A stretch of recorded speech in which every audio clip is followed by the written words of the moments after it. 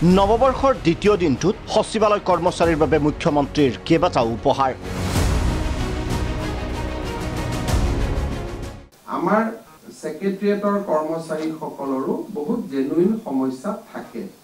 এইবিলাকৰ ওপৰতো কাৰণ আমি যেতিয়া কম যে আপুনি 10টাতে আহিব লাগে, আমি এই কথাটো জানো যে 10টাৰ পৰা যেতিয়া 4টালৈ কোনোবা এগৰাকী মানুহ বহি থাকিব, ওচৰতে যদি কেণ্টিনখন নাথাকে বা যিটো বস্তু পাব লাগে সেই বস্তুটো নাপায়, তাত অসুবিধা হয়। আমাৰ যদি সেক্ৰেটাৰিয়েটৰ কৰ্মচাৰীখিনিৰ বজাৰ সমাৰৰ ব্যৱস্থা এটা সেক্ৰেটাৰিয়েটৰ ভিতৰতে থাকে, তেলে ঘৰত গৈ পেলাই আৰু ঘৰত বজাৰ কৰিব নালাগে, ইয়াৰ পৰাই বস্তুখিনি বজাৰ কৰি লৈ যাব পাৰে।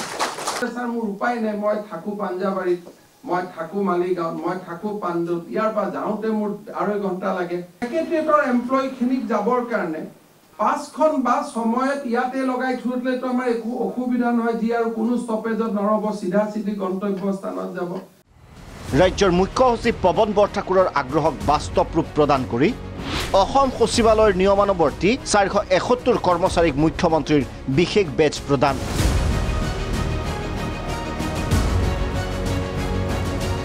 নিজ কৰ্মৰ বাবে বছৰৰ আৰম্ভণিতে মুখ্যমন্ত্ৰীৰ প্ৰশংসা লাভ সচিবালয়ৰ কৰ্মচাৰীৰ। 2023 ইংৰাজী নৱবৰ্ষৰ আৰম্ভণিতেই অসম সচিবালয়ত সকলো কৰ্মচাৰীক কৰ্ম সংস্কৃতি জগাই তোলাৰ আহ্বান মুখ্যমন্ত্ৰীৰ। সমস্যা কি? যোৱা 8 দিন আগত মই মুখ্য সচিব ডাঙৰীয়ালৈকে এটা ফাইল লিখিছিলো যে এজন কৰ্মচাৰী লিভাৰ ট্ৰান্সপ্লান্ট হ'ব।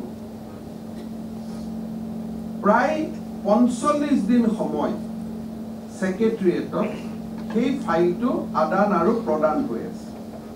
এতিয়া আপোনালোকৰ কাৰণে সেইটো এটা ফাইল, কিন্তু তেওঁলোকৰ সন্তানৰ কাৰণে, তেওঁলোকৰ পৰিয়ালৰ কাৰণে ই জীৱন মৰণৰ সমস্যা।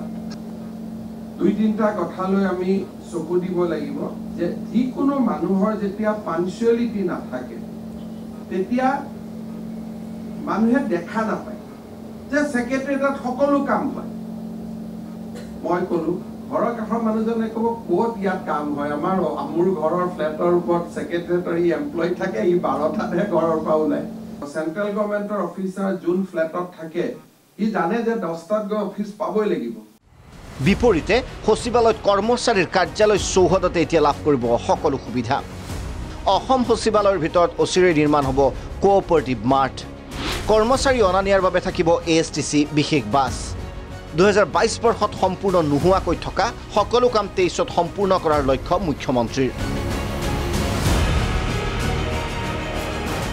মুখ্যমন্ত্ৰীৰ ভাষণত স্থান পালে এখন সপোনৰ ৰাজধানী, য'ত দিছপুৰলৈ মানুহ আহিব নালাগে।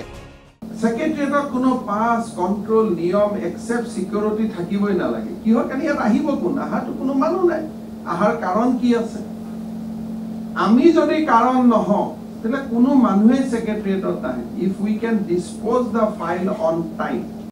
বিগত বৰ্ষসমূহত বহুকেইটা দিশত বেলেগ আন ৰাজ্যৰ তুলনাত অসম পিছ পৰিল, কিন্তু মুখ্যমন্ত্ৰীৰ মতে অসমৰ সমান মংগলময় ঠাই ইতিহাসত চালেও আৰু ক'তো পোৱা নাযায়। অসমৰ মানুহে হত্যা হিংসাৰে অসমক লেতেৰা কৰিছে, সেয়ে ইয়াৰ পৰা অসম চৰকাৰৰ কৰ্মচাৰীক কেৱল ভাল কাম কৰাৰ পৰামৰ্শ ৰাজ্যৰ মুখ্যমন্ত্ৰীৰ। ভিডিঅ' জাৰ্নেলিষ্ট বিশ্বজিতৰ সৈতে ভাস্কৰ জ্যোতি শৰ্মা ৰিপৰ্ট, প্ৰাগ নিউজ, গুৱাহাটী।